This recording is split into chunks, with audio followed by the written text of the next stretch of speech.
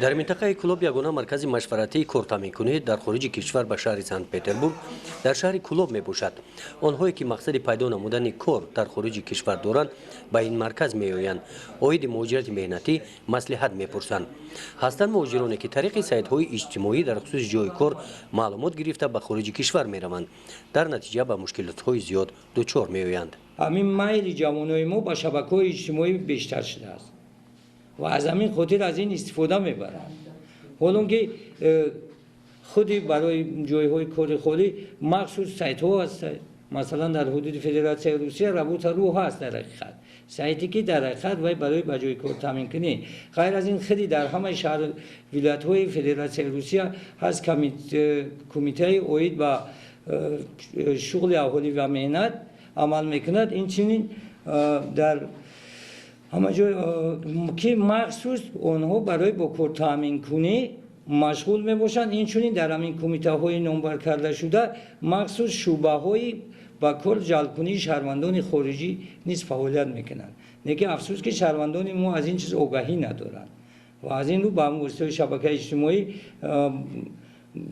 با خاطر آنکه جای کار پیدا کنند باعث آن میگردد که وقتی گویم خرید فروشی آنها میگردند. در این مرکز گفتند که بسیار آدمانی هستند که با همین راه به خارج کشور رفته برگشتند. ساکن شهر کلوب دالر قاسیموف یک ماه پیش از مهاجرت مهنتی از جمهوری قزاقستان برگشت. با این مرکز نزد ما آمده از سرگذشت خود که در مهاجرت عذاب و شکنجه کشیده بود با قهر و غضب و احساسات گپ میزد. اینجا آدم کردن که میره 4 روز پس $500 آوانس تون بدن، بعد 15 روز بعد $1000 تون بدن. در گوشمون لبشه غدا را وشید کردن بردن. خیلی که رفتیم خیلی مایل 4 روز یک هفته استودیم نه $100 خدای جانیشان ندیدیم اوقات سوزشان ندیدیم. همین شگرانه خدا که ما دامی جا بحثری میخریم ده اوقات خانه را ما یک ما رفتیم دیم گروپا یکم گروپا رفتگی اولی کرده نبرومده تو یک مورا بردنشون همونجا گانیا چون کستانه اولی کرده نبرومدنشون. بعد دیم گروپا که ما رفتیم یک هفته پس استودن تو یک هفته را استودن دانمونجا به غرض 7 روزی که رفتیم در یک هفته در رفتیم یک هفته دیگه رفتیم در اونجا استودیم. دالر مرتبه اول با مهاجرت مهنتی مقصدی سفر کرد. او به این مرکز اومده خود را نامنویس کرد و باید به شهر سنت پتربورگ میرفت. بعد اون که در دیگر جا دیگر آدمان با او پول کلان وعده کردند او قزاقستان را انتخاب کرد. دالر و دیگر همسفرانش را به شهر استانه بردند. دالر همونجا فهمید که آنها را فریب کردند.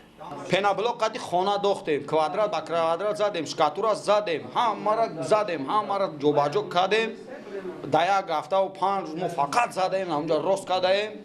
سوم شانه دیدیم سوم خدای جانی شانه دیدیم. مردم تاجیک ایگریه را کو مودن مردم اینا شورابات همه خستن هم داغستانی رفتن به نموجه را گریه میکنن. هم برادر آمدن رفتگیش نیمش کوی خوردن با گرفتن همونجا آمدن کامش تونستن گرفته آمده کامش نتونسته ایستاده در همونجا عذاب کشیده.